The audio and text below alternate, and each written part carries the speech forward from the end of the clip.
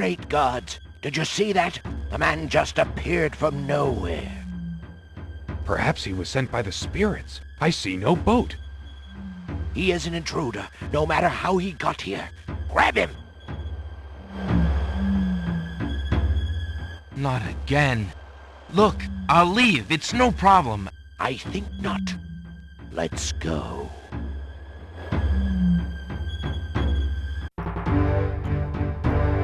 Alexander is frozen at the spectacle before him. Robed figures are gathered around a bonfire.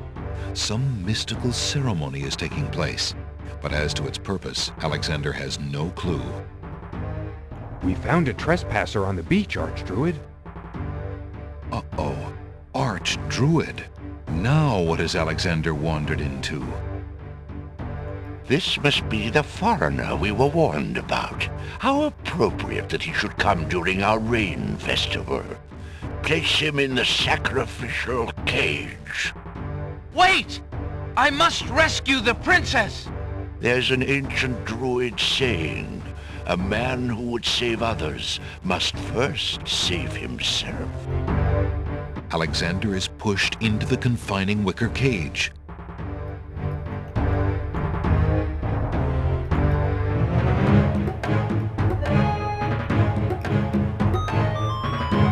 And the cage is swung out over the bonfire.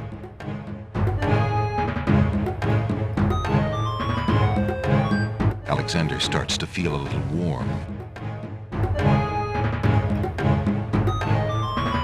The bottom of the cage is getting uncomfortably hot. This cage is really hot. Fire in the cage. Alexander pulls out Beauty's old slave clothes, desperate to beat out the flames. The flame is extinguished, but the clothes themselves burn to cinders. Alexander won't be able to keep the cage from igniting for long. The heat and movement must have jarred something. Something that Alexander's carrying is starting to jiggle around. Egad, something's really percolating. The water in Alexander's lamp is hot. It's just about boiling.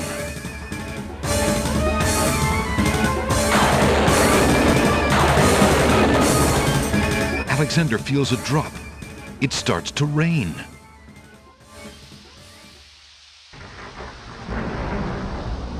That man is a powerful nature wizard.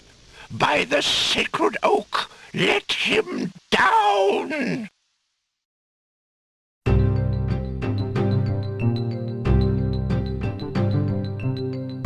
I must apologize for our rude welcoming committee. We've been feeling inhospitable ever since the winged ones stole our sacred miniature oak tree. Besides, Wizir Al-Hazred sent a message that we were to watch out for a highly dangerous foreign assassin. I assume you are the one he meant. I'm sure I'm precisely who he meant. I assure you, I mean to harm no one, unless that person threatens the princess. I'm sorry to have disrupted your ceremony, but I'm running out of time. What is it that you seek? The Oracle on the Isle of the Sacred Mountain told me I should speak to you about the realm of the dead. She told me of 2 souls in unrest there that I might be able to free. Free souls in the realm of the dead? You're mad! The souls might be able to help me on my mission to save the princess. It's imperative that I do everything I can. The risks are not important. No. And yet getting yourself killed will hardly help the princess. But I will tell you what I know. Legend has it that it is the right of any human to challenge the Lord of the Dead in order to save his own life or the life of another already past. But the knowledge of how to do this was lost centuries ago. I have only heard of one who tried it. A young knight who came to the land of the Green Isles from a distant land long ago. According to the story, he was determined to challenge the Lord of the Dead for the soul of his dead lover. It is said that he tamed the Lord of the Dead's horse, a black-winged, demon-hearted beast named Nightmare. Nightmare sometimes flies to the human world to feed on certain noxious plants. Those unfortunate enough to see her are glad to escape with their very souls intact. Somehow, the Knight captured Nightmare and rode off on her back, supposedly to the realm of the dead. But neither the Knight nor his lover ever returned.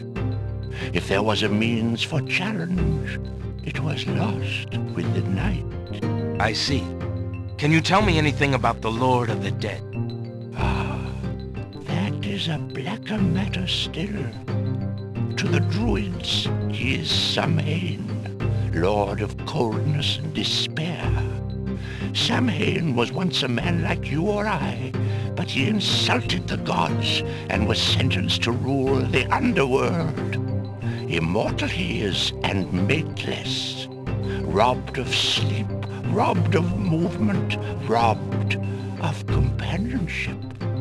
It is said that he hates all mortals even more for the mortality that he lost. That is all I know. Interesting.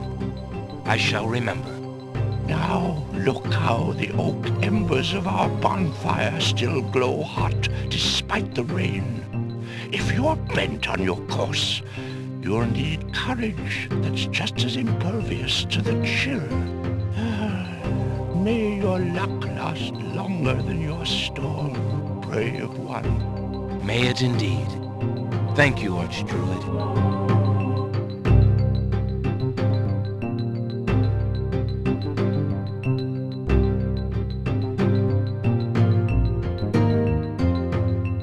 Alexander is standing in the Druids' circle of giant stones.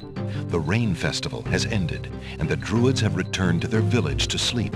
The bonfire still smolders in the center of the circle. Alexander is standing in a circle of giant stones. He marvels at the complex yet simple design of the standing monoliths. A gnarled old tree stretches a wide branch out over the smoldering bonfire. The wicker cage that was to be Alexander's fiery coffin is now lying on the ground. Alexander is glad to be out of that cage. The embers from the bonfire are still smoldering despite the rain. The Druids have left, and there's no one here to talk to. The stone sentinels do not reply. Alexander has no desire to talk to that wretched cage. The smoldering bonfire embers do not reply. The giant stones are smooth and cold and still damp from the rain. The branches of the old tree are well out of Alexander's reach. Alexander wants nothing more to do with that wicker cage. Alexander has already had enough close contact with that fire.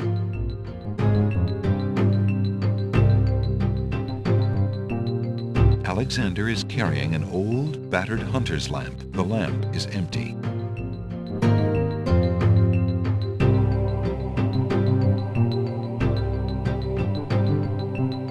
Alexander scoops up some of the red-hot embers in the ancient human skull.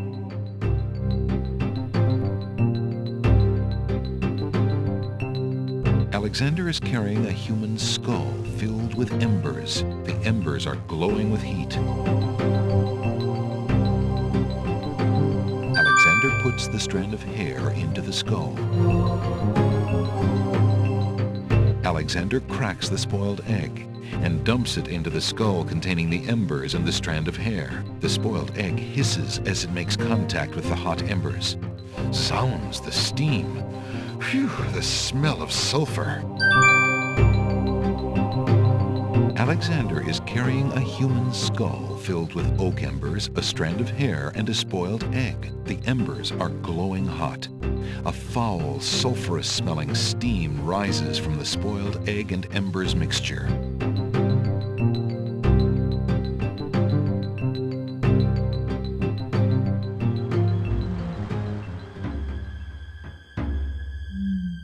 Alexander pulls out his magic map.